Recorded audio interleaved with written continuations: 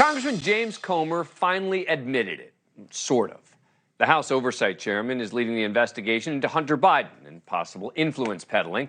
But as I've pointed out on this show, if investigating influence peddling is the goal of this committee, how can they not also investigate Ivanka Trump's China trademarks, which may have actually led to a change in U.S. policy, or Trump hotels, or Jared Kushner's deals with the Saudis? I'm not saying that they should, but how can you do one without the other? Well, Chairman Comer is now almost admitting that it's just political. Yesterday, the New York Times published a profile on the Kentucky GOP congressman and reported on the politics surrounding his investigation into what he calls, quote, Biden family influence peddling.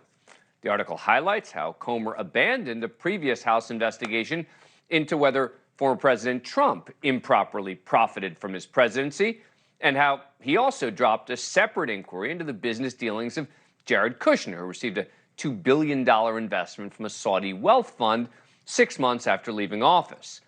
When he was asked about this, the Times reported, quote, Mr. Comer indicated he had no interest in the former president's finances, while he did not rule out looking at Mr. Kushner's business dealings. At some point, when a reporter suggested it might be politically unsustainable for him to investigate Mr. Trump's son-in-law, he took a long pause and then replied, I don't disagree with what you said.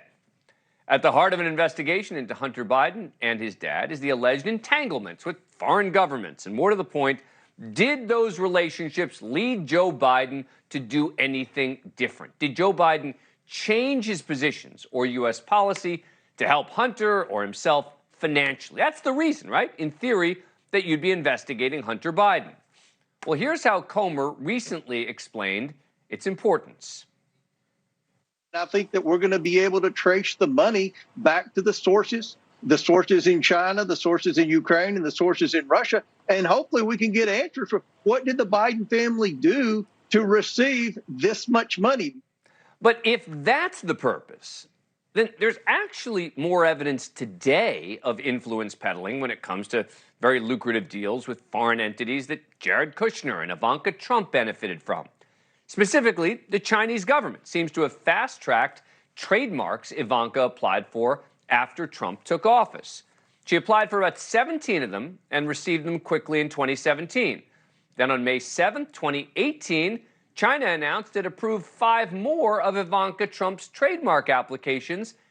And 6 days later, President Trump reversed the policy, imposing sanctions on a major Chinese telecommunications and smartphone maker called ZTE for doing business with Iran and North Korea, saying he wanted to save jobs at the Chinese company. Then, 8 days later, May 21st, China awards Ms. Trump 2 more trademarks. The policy reversal was also within days of the Chinese government agreeing to provide $500 million in loans to an Indonesian theme park that the Trump organization was involved with. Now, does all of that need to be investigated?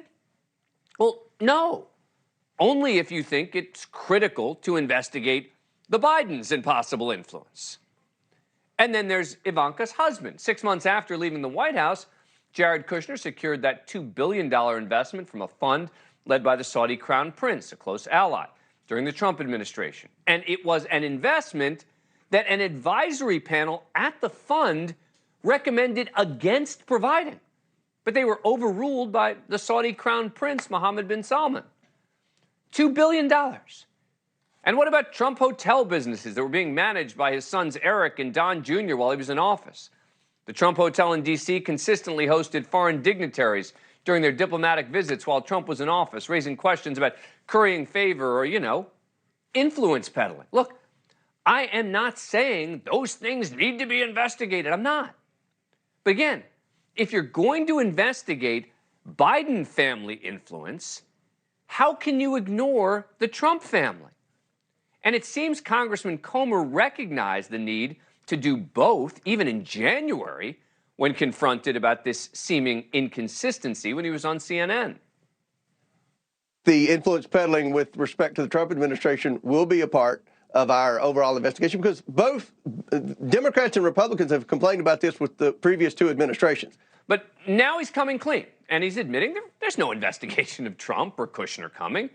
which can only lead to the conclusion that this isn't really about rooting out and or exposing influence peddling at the highest levels.